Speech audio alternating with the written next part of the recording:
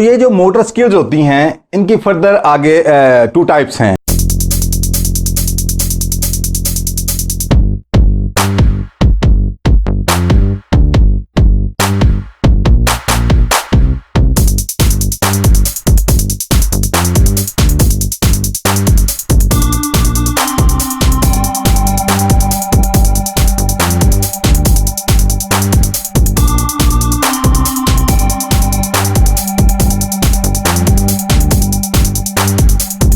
एक को कहते हैं ग्रॉस मोटर स्किल्स और दूसरे को कहते हैं फाइन मोटर स्किल्स।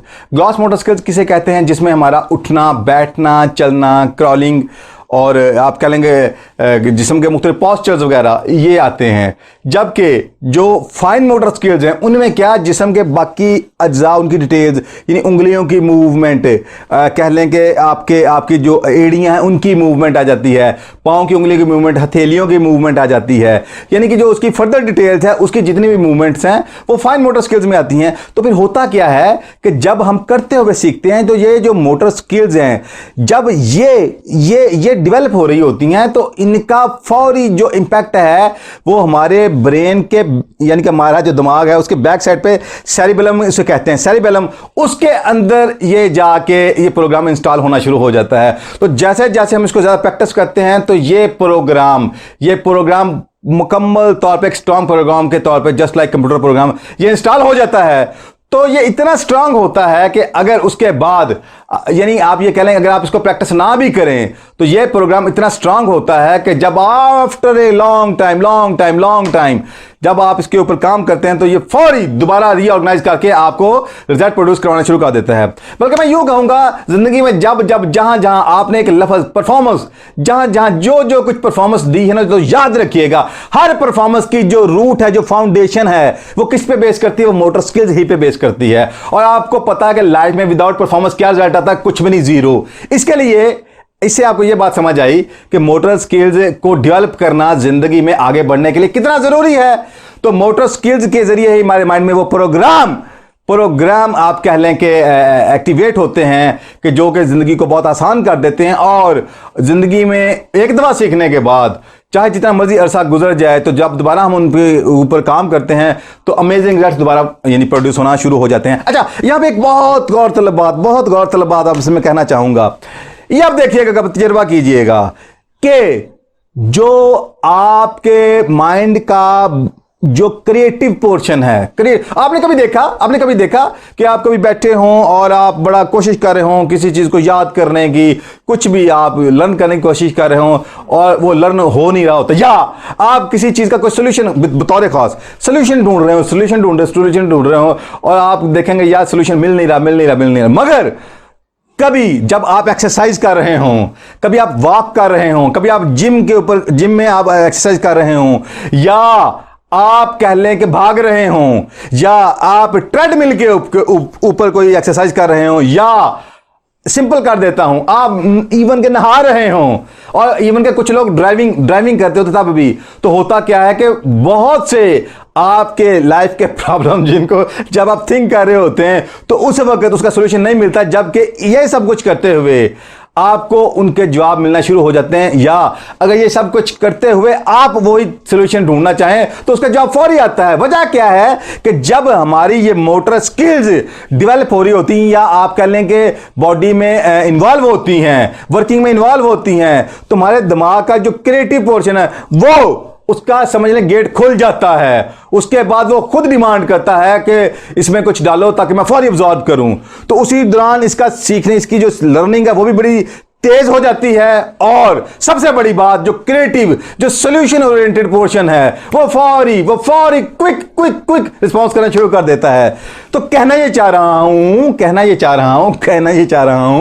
कि जिंदगी में जब आपको आगे बढ़ना है, ग्रो करना है, अमेजिंग रिजल्ट्स प्रोड्यूस करने, ट्रीमेंडस सक्सेस हासिल करनी है, नहीं होगी अगर आपने खुद को महदूद कर लिया फकत क्रैमिंग तक, रट्टे तक। चूंकि साइंस इसको रद्द कर चुकी है। साइंस ये कह रही है, मैं रिपीट करता हूं, कि जो कुछ आज आप रट्टे की शक्ल में क्रैमिंग करते हैं, आप समझते हैं आप लर्न कर रहे हैं, आफ्टर 2 वीक्स वो जो कुछ भी क्रैमिंग की गई फकत उसका 10% आपकी मेमोरी में बाकी रहेगा। इसको आप कोन ऑफ लर्निंग के जरिए मजीद डिटेल में देख सकते हैं नेट के ऊपर। मैं चाहूंगा मजीद इसके ऊपर मैं एक नेक्स्ट वीडियो पूरी बना के दूं, जिसमें ये मॉडल पूरा आपको एलैबोरेट कर खोल के दिखा दूंगा इंशाअल्लाह ताला।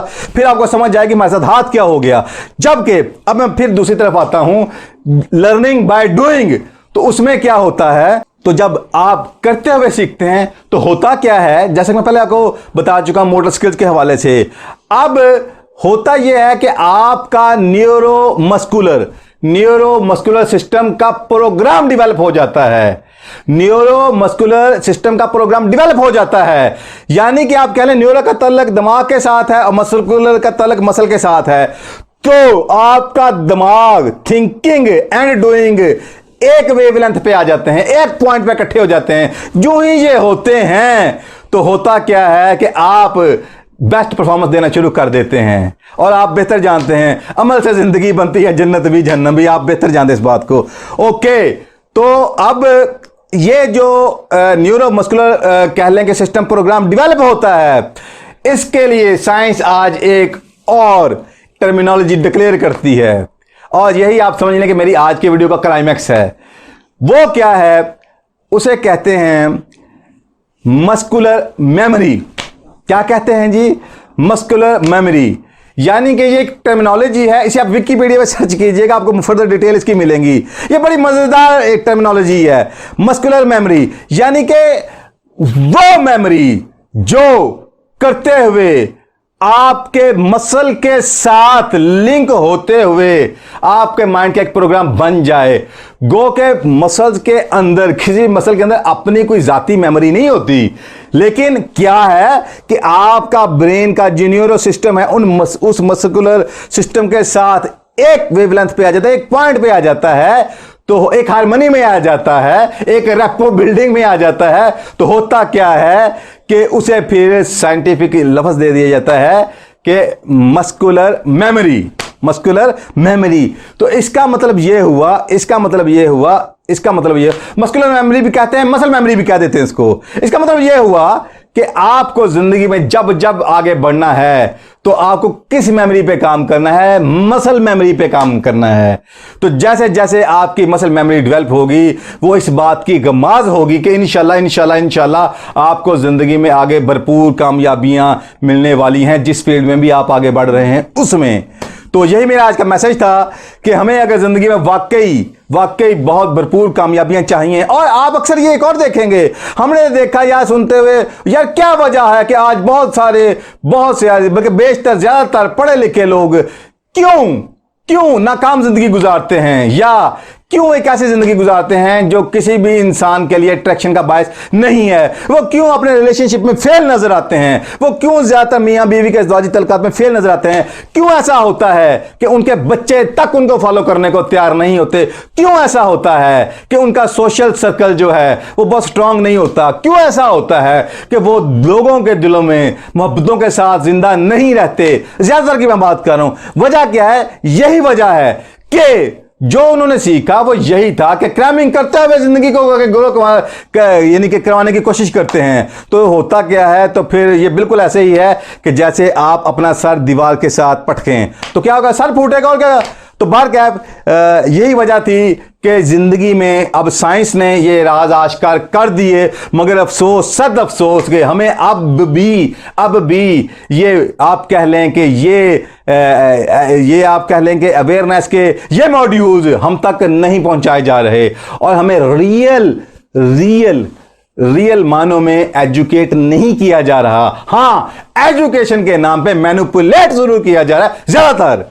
तो बाहर क्या यही आप कह लें सक्सेस मोटिवेटर्स कंसल्टिंग का खासा है कि आप तक वो लर्निंग जो बिलअमूम नहीं पहुंचाई जाती, या अगर पहुंचाई भी जाएं तो इस तरह पहुंचाई जाती हैं कि उन्हें टेक फॉर ग्रांटेड लिया जाता है। हम उनको आप कह लें कि बेहतर तौर पर आप तक पेश करें, और इस तरह पेश करें कि रिजल्ट जो जवाब जिससे ज़िंदगी ग्रो करे वो आपके अंदर से आए, ना कि किसी की कही हुई बात से आए। तो यही जी हमारी ख्वाहिश है कि अल्लाह ताला आपकी ज़िंदगियों को इस तरह कह लें कि उनमें बेहतरी लाए कि आपकी दुनिया भी संवरे, आपकी आखिरत भी संवरे, और आपकी ज़िंदगी सभी के लिए आसानियों का बायस हो और आसानियों का ये सिलसिला फलता फूलता फैलता बढ़ता चला जाए। इस दुआ के साथ अल्लाह ताला आपको ढेरों कामयाबियाँ अता फरमाए। इजाज़त चाहूँगा। जज़ाकल्लाह। अल्लाह हाफिज़। सिर्फ ज़हनी नहीं बल्कि अमली ज़िंदगी में भी बेहतरी लाने के लिए अभी हमारे चैनल को सब्सक्राइब करें और ज़िंदगी बदल देने वाली वीडियोस के नोटिफिकेशंस के लिए अभी बेल आइकन को क्लिक करें।